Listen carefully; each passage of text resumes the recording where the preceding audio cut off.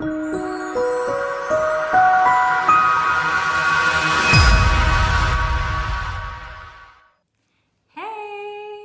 I'm Lily. I am Sam.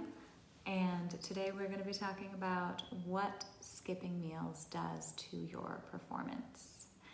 I would say the number one thing that we probably hear from most women is, I just want to feel toned, to be toned. Mm-hmm. And the deeper question that Sam and I have for you is why that is. Why do you want that? And what will being more toned give you or do for you?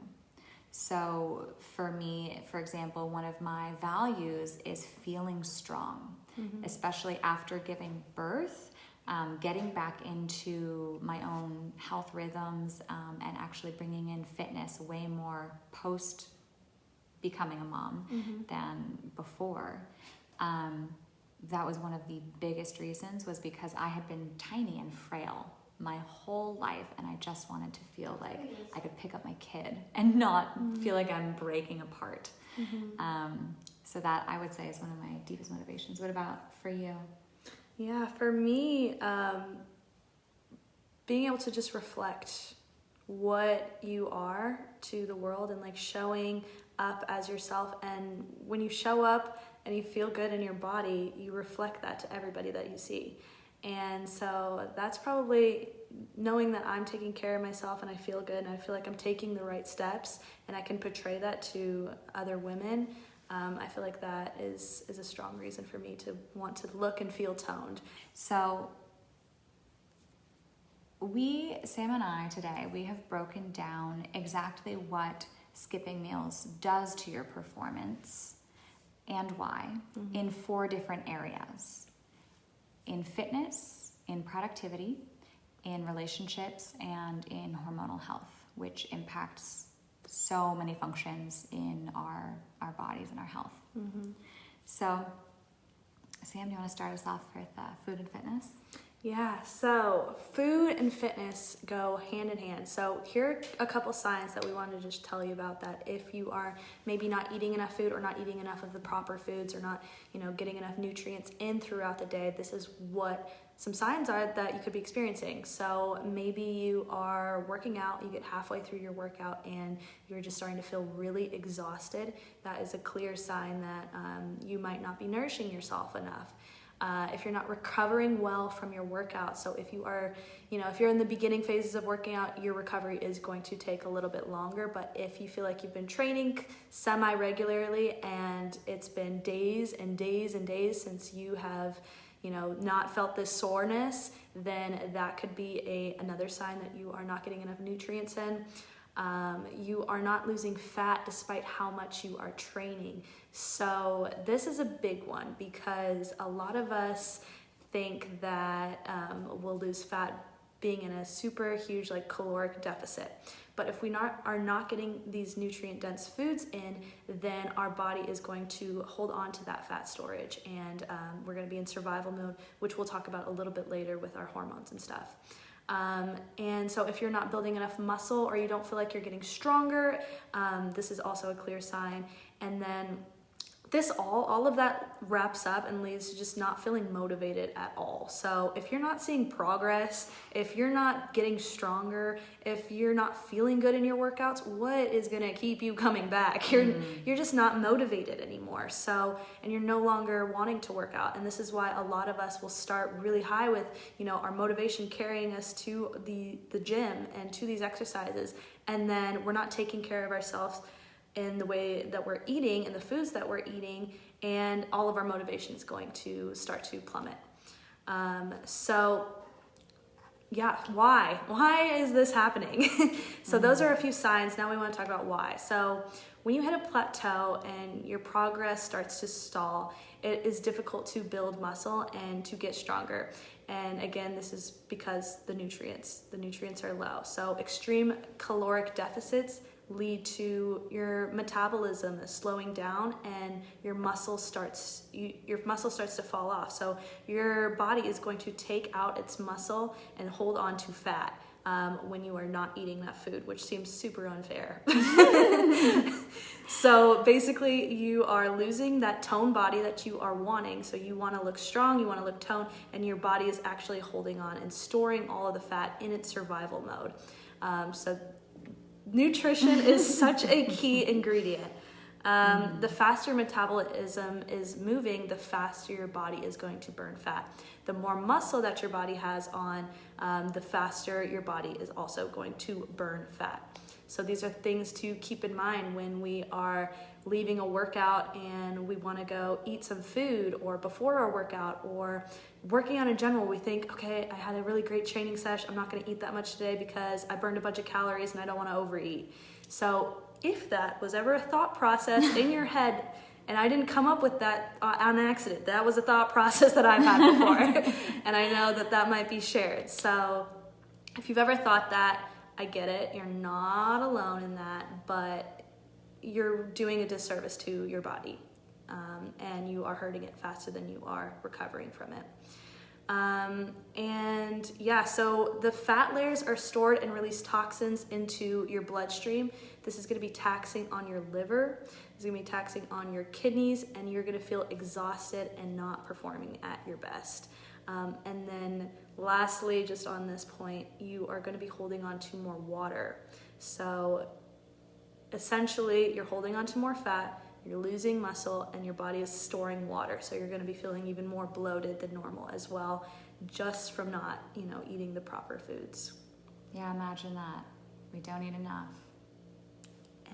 And then we store fat, right? Down. Mm-hmm. Yeah, so what's happening is imagine we are cave people and we're being chased by a bear, a saber-toothed tiger, what have you. Our bodies are going into that reptilian brain switches on. We go into fight or flight mode, which is brought on by chronic stress of any kind. So I would imagine any of us would feel chronically stressed if we were always running from and concerned about our survival. And some of us do still act that way, even though we have created these safety mechanisms. And we'll talk later about how actually the female metabolism thrives in safety and security, whereas the male metabolism is kind of the opposite. Mm-hmm. They are the hunters. Yeah, they are. Yeah, they are. All right. So let's talk about productivity. Because when we're thinking about performance, right, we're thinking about, okay, how am I performing at the gym, right, or physically when I'm going on a run or I'm hanging out with my kids. We're also thinking about how is my mental performance, how is my physical stamina, how's my heart, how's my cardio when I am trying to get some work done, right? Whatever it is, the work that you do, whether that is a super active job or you are sitting at a desk, or maybe you have a standing desk. And so some signs that you are not getting enough food, enough calories, you're not nourishing yourself with the right nutrient-dense foods, shows up as low energy, first of all, low motivation, as Sam was talking about, brain fog, low concentration, having a difficult time staying concentrated, staying focused on the task at hand, but also a loss of hunger cues throughout the day. So most female entrepreneurs or stay-at-home moms or moms who I have spoken with over the years, and I've experienced this myself, where it can become so easy to just forget to eat because you're so busy. You're trying extra hard to maintain that focus and concentration because you feel like it's slipping away from you. So you focus extra hard on it, you double down, and then suddenly everything else goes out the window. You're mono-focused, and so your body is starting to suppress hunger cues physiologically, but also even if they are showing up, you're less likely to notice them. And so, did you want to add something there about intuitive eating? Yeah, so that's, our practice of intuitive eating goes with this checking in with yourself a couple times throughout the day and realizing if you are hungry. And Lily's going to explain in a moment that when you don't do those check-ins, your cells in your body, they start to crave all of this food, and then you're like, the first snack that I want to eat is gonna be what's right in the vending machine, what's right in front of me, versus being able to take that cautious time to sit with your food, enjoy your food, get the energy from your food. And yeah, that's all I really want to add on intuitive. Awesome. Yeah, so if you have experienced, and I saw some twos in the comments. Hi, Anne. Hi, Anne. If you have experienced the brain fog, the low concentration, the totally just like forgetting to eat or take care of other things throughout the day because you're trying to focus so hard on the work you're doing, definitely put a 3 in the comments or tell us focus or work. But let's talk about why it's happening, right? So first and foremost, we're going to want so much of what goes on inside of our brain chemistry relies on fat. I mean, so much of what goes on with our hormonal chemistry as a whole relies on fat in order to send these messages, right? So if you're not getting enough high quality fat in your diet, or you are only eating processed fats or processed foods, or lower quality like vegetable oils, then that is the first step to not being able to concentrate. So you do want to focus on high quality whole fats. So I am more of a fan of staying away from oils and eating the fats in their whole state. So an avocado that contains the fat rather than the avocado oil, right? Or the coconut, the whole drink the water, eat the meat. The coconut oil is in there, the fat is in there. So I'm a big fan of whole fat. Or if you are eating meat, then having, some of that fat on the meat. Sam knows way more about that than I do. I'm like, fat on the meat because I eat meat. Yeah, like chicken thighs versus chicken breast was something I just switched to. Yeah, but yeah. I'm like, I don't know, where's the fat on the meat? Okay, so not enough high quality fats for your brain function and for your hormones as well. Not enough calories, like we were talking about earlier. We go into that reptilian brain fight or flight mode, where the body will, because we're so focused on escaping the danger in front of us, it will slow down or shut off like anything that is not about your survival in the immediate moment. So in the moment, the body will say, scary thing, like saber-toothed tiger, I'm going to run and I don't need to digest my food. I'm going to store a bunch of fat on my body so that I have something to eat away at. If I'm living in a new place and I can't find food at first and I need time, my body will need to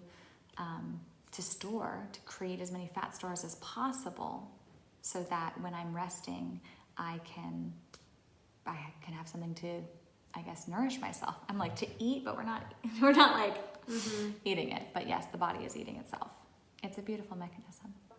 As Sam was saying earlier too, then also not getting enough or not being well nourished throughout the day, the cells in your body will begin to crave the foods that you immediately connect with, feeling like a certain need is getting met physiologically, chemically.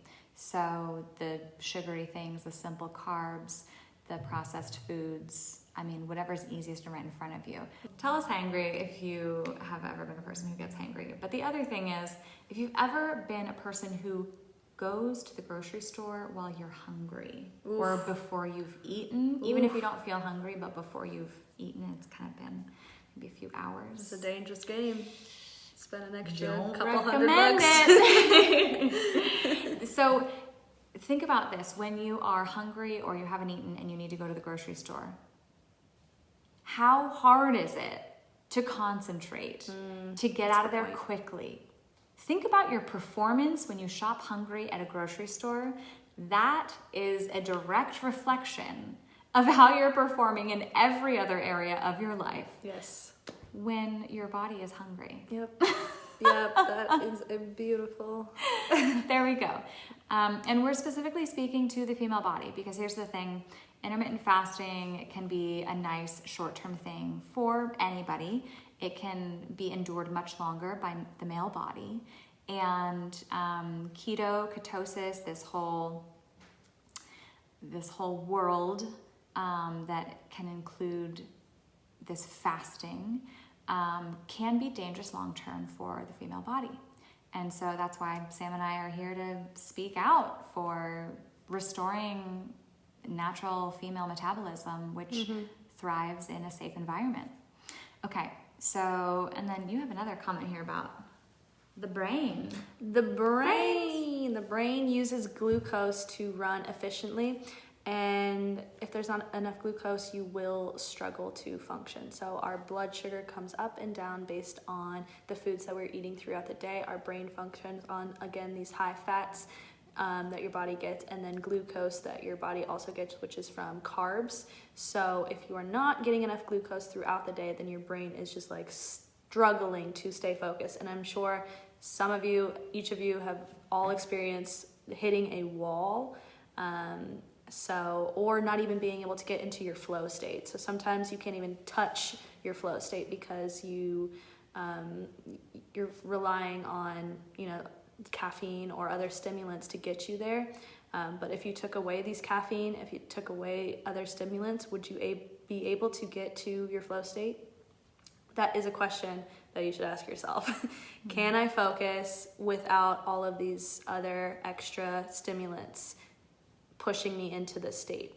Can you focus just on your natural energy? And that should be a way to be able to test if you're getting enough nutrient-dense foods. So this goes into every area too. Can you perform your workouts without, pre-workout and have enough energy to get through them? Can you go through your workday without any coffee and have enough energy to go through it? Or can you focus for long enough? So maybe that's a test that you could try for yourself. Food, okay. So let's talk about, speaking of friendships, relationships, your loved ones, right? What you're eating and how you're eating throughout the day is definitely impacting your relationships. How we are showing up for ourselves and in our lives affects everybody around us. Okay, so with food and relationships, right? So some signs, some ways that it can show up when if you're not getting nourished enough, if you're not eating right for your hormones. You can feel physically, like, have you ever had that feeling in your body where you're just like, I don't feel like myself, right? Like how Sam was sharing, Lily with low blood sugar. I definitely don't feel like myself. I feel like a crazy animal on the inside who has this like mask of human pretending to be normal. Yeah, for That's sure. how I feel. I'm serious. It's not me, right? I mean, it's a part of me, but it's there. It's the animal, right? It's our wildness. So maybe you can feel like you're not yourself, or like you're not showing up in a way that you want to when you don't eat enough, or you just skip the meal, or it's more processed food, less whole foods. So this can even show up where like maybe some of your loved ones notice, or they feel like, wow, like what just happened? That wasn't you. Ding, ding, ding. That's a big sign. So the mood swings that can occur because of the hormonal imbalances, because of the blood sugar imbalance. This is the domino effect. You know what mood swings can lead to? We can say things we regret later. We can just feel like crap. We can become super reactive. Yeah. So many ways. So why it's happening, right? Why is this happening? The imbalanced blood sugar, that roller coaster,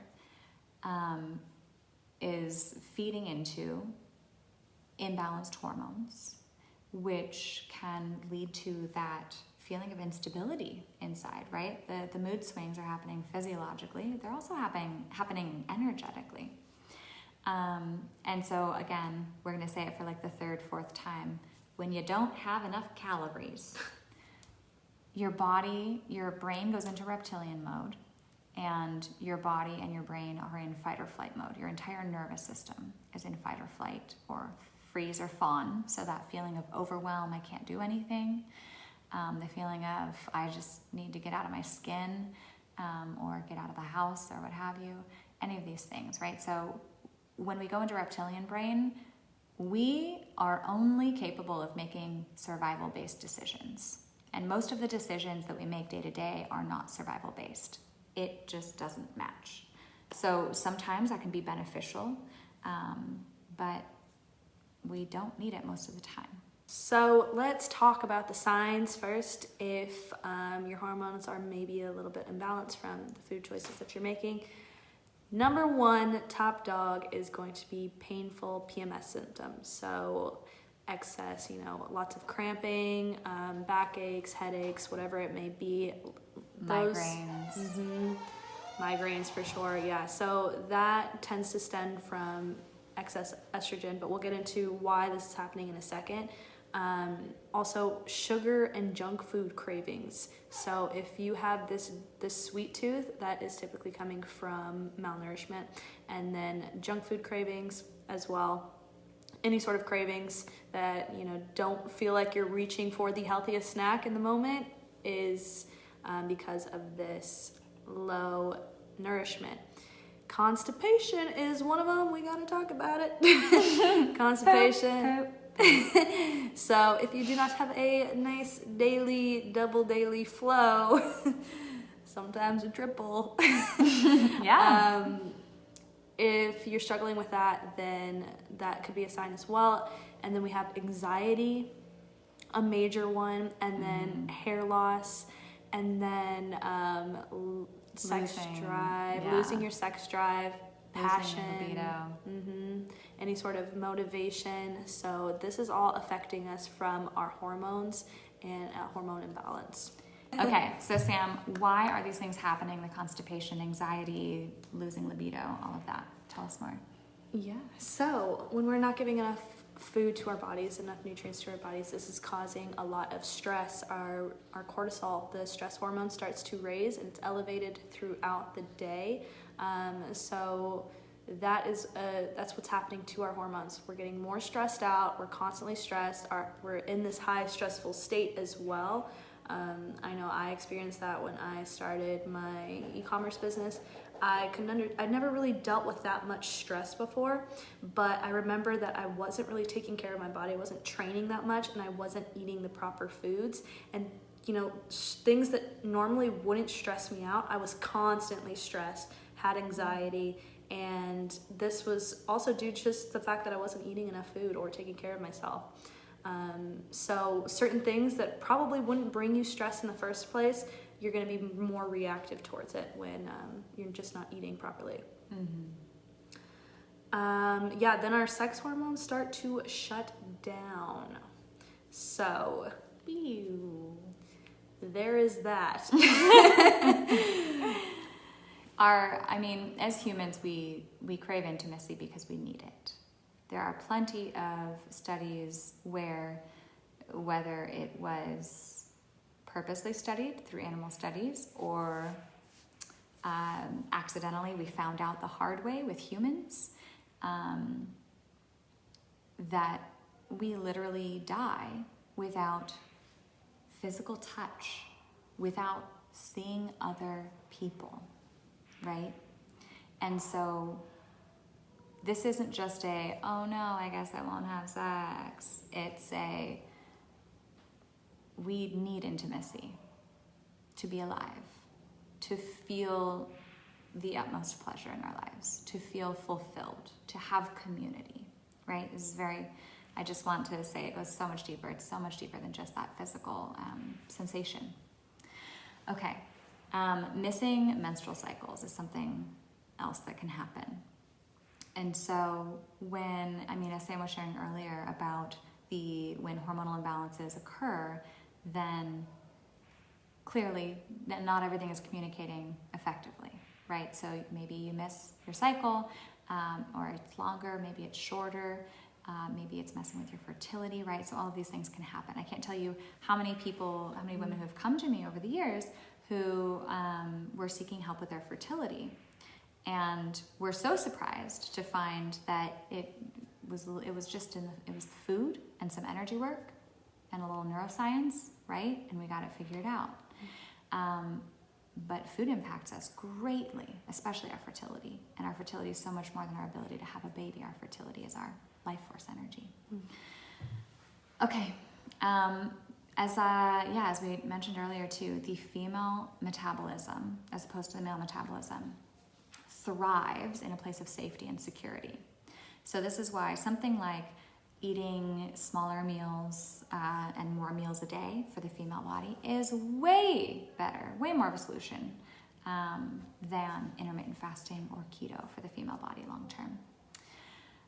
Reaching for organic whole foods that look the same off the plant as they did on the plant. So not the pasta, not the processed things, right? Not the breads, but things where you can look at it and if you're having green powder or something like that, being sure that the processing has not harmed the nutrient density of the products of the powder.